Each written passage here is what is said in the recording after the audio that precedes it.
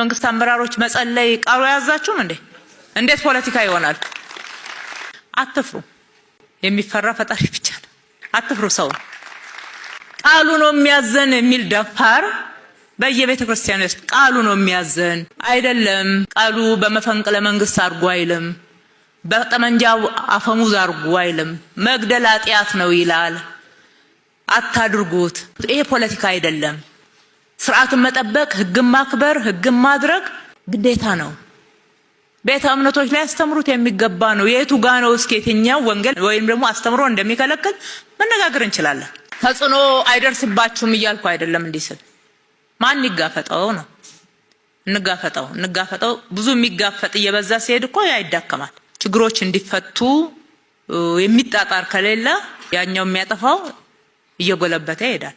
ስርዓትን አክብሩ፣ ህግን አክብሩ፣ በስነ ምግባር ታነጹ፣ ለስርዓት ትጉ፣ አልሙ፣ ተከባበሩ፣ አክብሩ ማለት ግጭትን አስወግዱ። ጥል፣ ክርክር፣ ግጭት ኃጢአት ነው፣ ቃሉ ይከለክላል ብሎ ከቃሉ መዞ ከቃሉ ተንትኖ ማስተማር የእያንዳንዱ ቤተክርስቲያን ኃላፊነት ነው።